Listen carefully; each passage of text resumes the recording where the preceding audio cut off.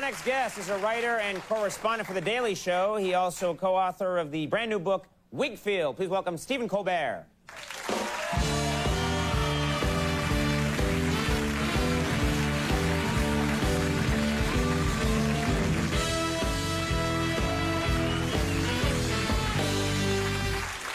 Now, this is a little awkward, but I got to bring it up. You applied once. I didn't even remember this, but you applied a long time ago to be a writer on this show. Did I? Yes, you did. Like, this is almost 10 years ago, I think, when we were first getting started. Haven't heard back yet from you guys. This is my way of letting you know that we're still thinking about it, yeah. Yeah, I was actually very thrilled. It was about 10 years ago. The first thing I submitted to you guys is I thought, you know, everybody's got a cityscape. Right. Why not do something a little realer and a little bit newer and have a working farm behind you? Actually truck in soil, plant crops, right. have chickens, right. And every so often you could just say to your guests, let's go check out the farm. Let's go. And you'd have a little tractor you could take around to the back. And you could harvest eggs and then hold them up in front of the chickens and saying, I'm taking your baby. Why would you do that? That's a terrible idea. They don't understand. Yes, they do when you mock them like that. Also, no, I love that idea, actually, because everyone has this. Everyone has, oh, look, it's New York. Ooh. Exactly. But having a working farm, that would be great. Right, and then come harvest time, you could go across the border to Connecticut to, like, a small liberal arts college, say Fairfield, and get some co-eds and smuggle them back to New York in the trunk of your car and force them to harvest your crop. Just sort of your version of migrant workers. Yeah, that's the worst idea I've ever heard. You had me sold on the farm, and now I'm just angry. I don't know what happened. Now, you are well known for your deadpan delivery. Thank you. You have a fantastic deadpan delivery. Do you model yourself after anybody? Oh, absolutely. Stone Phillips. Stone Phillips. Stone Phillips, yeah. Stone Phillips is I think I got the hair. Can we get a shot of the hair? Yeah. I think I have the Stone Phillips hair. You have a nice shelf. Yeah. Right here. You want a nice, almost a razor-sharp shelf right here. I think you've got the second best hair here tonight. I really do. Say myself. We should have a hair duel. Hair off? A hair duel at some point where we're pounding our hair into each other. It's legal now in Texas. Now, my question is, what are we doing? Why are we? There's no reason to do that. So Stone Phillips is your comedy hero. Yeah, I like him because he's so manly.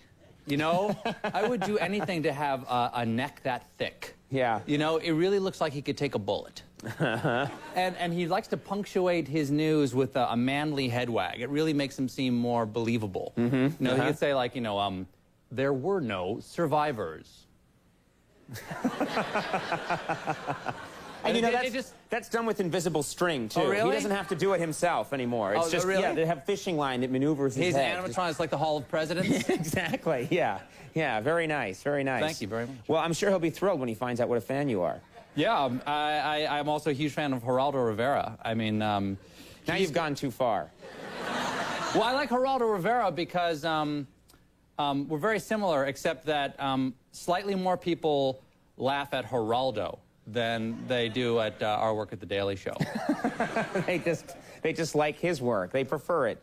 Let's talk about The Daily Show. On The Daily Show, you are well known for going out and getting these amazing interviews with strange characters from across America. And you've interviewed, people that actually believe Bigfoot exists, or convinced that Bigfoot exists. Yeah, I've interviewed a lot of some of the biggest Bigfoot experts in the United States. I've interviewed the people who believe that Bigfoot is endangered. I've interviewed the people who believe that Bigfoot, that the big feet, as they call them, are overpopulating.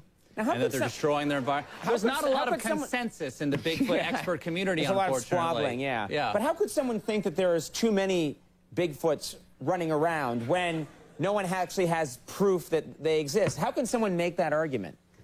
I think a fair amount of Bigfoot experts are early morning drinkers. Okay.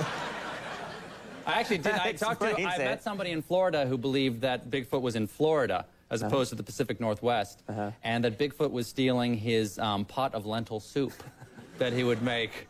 And this man greeted me at 10 a.m. stone drunk, shoeless, shirtless, wearing 2 albino Burmese pythons. Uh-huh. Yeah. And these are the people that you're going to for credible scientific information on Bigfoot. Yeah, those are my experts. Very nice. I like the Stone Phillips way that you said that, too. You just, yeah. They are my experts. Very nice. You could hurt yourself with that. I think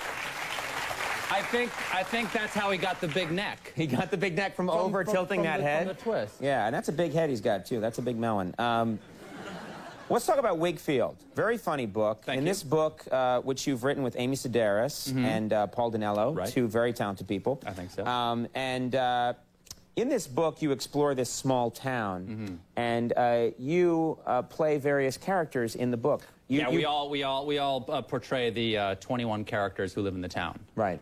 And you portray, when I heard that, I thought that you would probably be playing, you know, different guys, and actually you play someone known as Raven in the book. Raven's an exotic dancer, Right. I think is how she would describe herself.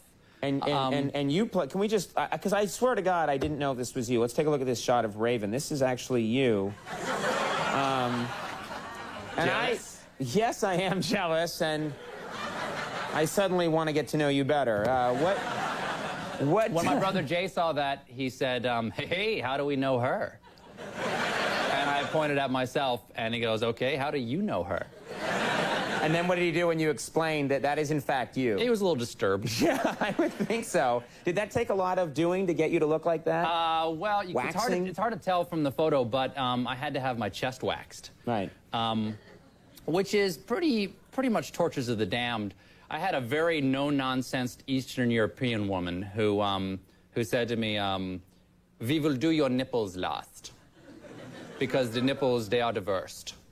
And I found out that I could have the hair ripped off my nipples all day. Actually, You didn't mind it? No, it's the center of my hair that was so painful. Right in here. Right in here. This is the part that turns beet red. Right. And then they just photoshopped the rest of my hair out anyway when we took the photos. So I said, why did I have to be tortured? Right. And they were like, oh, we forgot to tell you, we could just Photoshop your hair out. So they could have just with like Control-Alt-Delete taken the hair off your body anyway, and that wouldn't have been necessary. Absolutely. Are you hairless now? I'm an eel. I'm like an eel. This is fake. These are fake. That was the strangest exchange I've had in years on this show. Are you hairless now? I'm an eel. Yeah. I'm going to put that on our website immediately. The book is really funny, and people should check it out. Wigfield is going to be performed live at the Lucille Lortel Theater in New York, July 17th through the 19th, and the new book, Wigfield, is in stores now. Stephen Colbert, thank you very much for making time for us. Thank you. Very nice to have you. We'll take a break. We'll be right back. Gang Star, stick around.